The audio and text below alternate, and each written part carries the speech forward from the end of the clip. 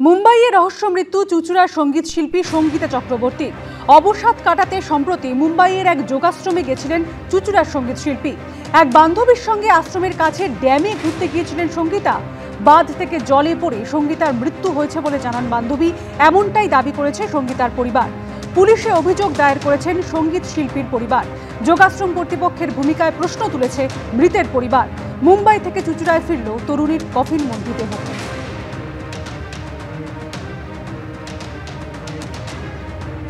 আমার মেয়ে singer last গিয়েছিল নেপাল প্রোগ্রাম করতে। নেপাল থেকে প্রোগ্রাম শেষ করে বাড়ি ফেরার কথা, কিন্তু ফেরে বললো আমি বোম্বেতে যাচ্ছি দুদিন ঘুরতে। কিন্তু আমরা পরে জানতে পারলাম বোম্বে যে ইনস্টিটিউটটা ওখানে নাকি যোগাসন হ্যান এসব শেখানো হয়। মেন লোক ব্রায়ান কর্চ, ও আমার মেয়েকে পরিচয় হয়েছে উড়িষ্যা একটা কনফারেন্সে গিয়ে। কথাবার্তা হওয়ার পরে ও ফ্লাইটের টিকিট পাঠিয়ে দিয়েছে। আমরা কিচ্ছু জানতাম না। বলছে মা আমি এই আশ্রমে এসেছি, এখানে যোগাসন প্রাণায়াম এসব করবো। আমার মেয়ের এপিলেপসি ছিল, বলেছিল এখানে যোগাসন প্রাণায়াম করো তাহলে তোমাকে ওষুধ ছেড়ে দিতে হবে, জন্মের মতো আর ওষুধ খেতে হবে না। সোমবার দিন যখন ওর মায়ের সঙ্গে ফোনে কথা হয় তখন 3টে 3:30।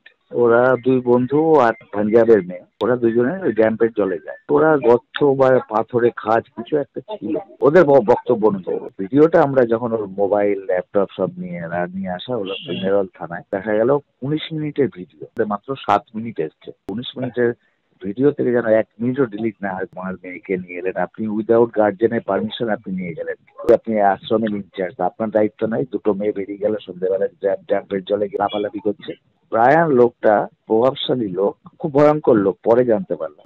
আমরা যেটা শুনলাম যে মহারাষ্ট্রেও একটা গানের টিমের সাথে গিয়েছিল, সেখান থেকে একটা জায়গায় আবার হয়তো বন্ধুরা মিলে বেরিয়েছিল বেড়াতে, এবং সেখানে একটি ড্যামে নাকি ড্যাম বা নদী এরকম একটা আমরা যেটা শুনতে পাচ্ছি যে সেখানে ও নাকি তলিয়ে যায়। এই অবধি আমরা এখনো খবর পেয়েছি। পোস্টমর্টম হওয়ার আগে পর্যন্ত যা খুশিটাই বলা ঠিক নয়। তো পোস্টমর্টম রিপোর্ট পাওয়া যায়।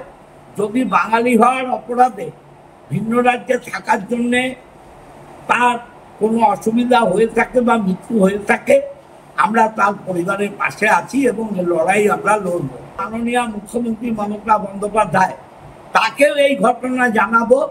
তিনিও যাতে বম্বে পুলিশের সাথে কথা বলেন তার ডিপার্টমেন্টের মাধ্যমে, যে কেন এমন ঘটলো, কি কারণে ঘটলো, সত্য যেন উদ্ঘাটিত হয়। গত কয়েকদিনে ভোটার তালিকার বিশেষ সংশোধন নিয়ে বিএলওদের বারবার কার্যত হুঁশিয়ারি দিয়েছেন মুখ্যমন্ত্রী মমতা বন্দ্যোপাধ্যায়। আর এবার সেই ইস্যুকে সংসদে নিয়ে গেল বিজেপি। এই ইস্যুতে আলোচনা চেয়ে রাজ্যসভায় চিঠি দিলেন শ্রমিক ভট্টাচার্য। তৃণমূলের রাজ্যসভার সাংসদ সুখেন্দু শেখর রায়ের পাল্টা অভিযোগ, ভোটার তালিকায় বিশেষ সংশোধনের নামে সায়েন্টিফিক রিগিংয়ের চেষ্টা করছে বিজেপি। নোটিফিকেশন যখন হবে ডেট অফ ইলেকশন, তখন থেকে এটা ইলেকশন কমিশনের আন্ডারে যায়। তার আগে স্টেট গভর্নমেন্ট, আবার ইলেকশনের পরেও স্টেট গভর্নমেন্ট। বিহারে যে এসআইআর হয়েছে 403 জনের নামে এফআইআর হয়েছে। বিএলও 53 জন বিএলও অ্যারেস্ট আছে বিহারের বিভিন্ন জেলে। বিহারের পর পশ্চিমবঙ্গেও ভোটার তালিকার বিশেষ সংশোধন হবে। আর এই সংশোধনের ক্ষেত্রে সবচেয়ে গুরুত্বপূর্ণ ভূমিকা নেবেন বিএলও বা বুথ লেভেল অফিসাররা। ইতিমধ্যে বিএলওদের নিয়ে শুরু হয়ে গেছে টানাটানি। তাদের কার্যত হুঁশিয়ারি দিয়েছেন মুখ্যমন্ত্রী। বিএলওকে বলবেন যে কেন বাদ গেল, জবাব দাও। আমি জেনুইন ভোটার, আমার ভোট বাদ গেলে আমি কিন্তু ছেড়ে কথা বলবো না। এটা আমার সাংবিধানিক অধিকার, আমার গণতান্ত্রিক অধিকার। বিএলওদের মুখ্যমন্ত্রীর হুঁশিয়ারির প্রসঙ্গে এবার দিল্লিতে তুলল বিজেপি। রাজ্যসভায় আলোচনা চেয়ে নোটিশ দিলেন শ্রমিক ভট্টাচার্য। নোটিশে তিনি লিখেছেন, নির্বাচন কমিশনের মতো সাংবিধানিক প্রতিষ্ঠানকে হুমকি দেওয়া হচ্ছে। পশ্চিমবঙ্গের প্রশাসনের পক্ষ থেকে ভারতের নির্বাচন কমিশনের কর্তৃত্ব নিয়ে প্রকাশ্যে প্রশ্ন তোলা হয়েছে। বলা হয়েছে এর কর্মকর্তারা রাজ্য সরকারের কাছে জবাবদিহি করবেন এবং জাতীয় নির্বাচন কমিশনের নির্দেশ অনুসরণ করতে বাধ্য নন। এটা সংবিধানের 324 নম্বর অনুচ্ছেদে নির্বাচন কমিশনকে দেওয়া সাংবিধানিক স্বায়ত্তশাসনের উপর আক্রমণ।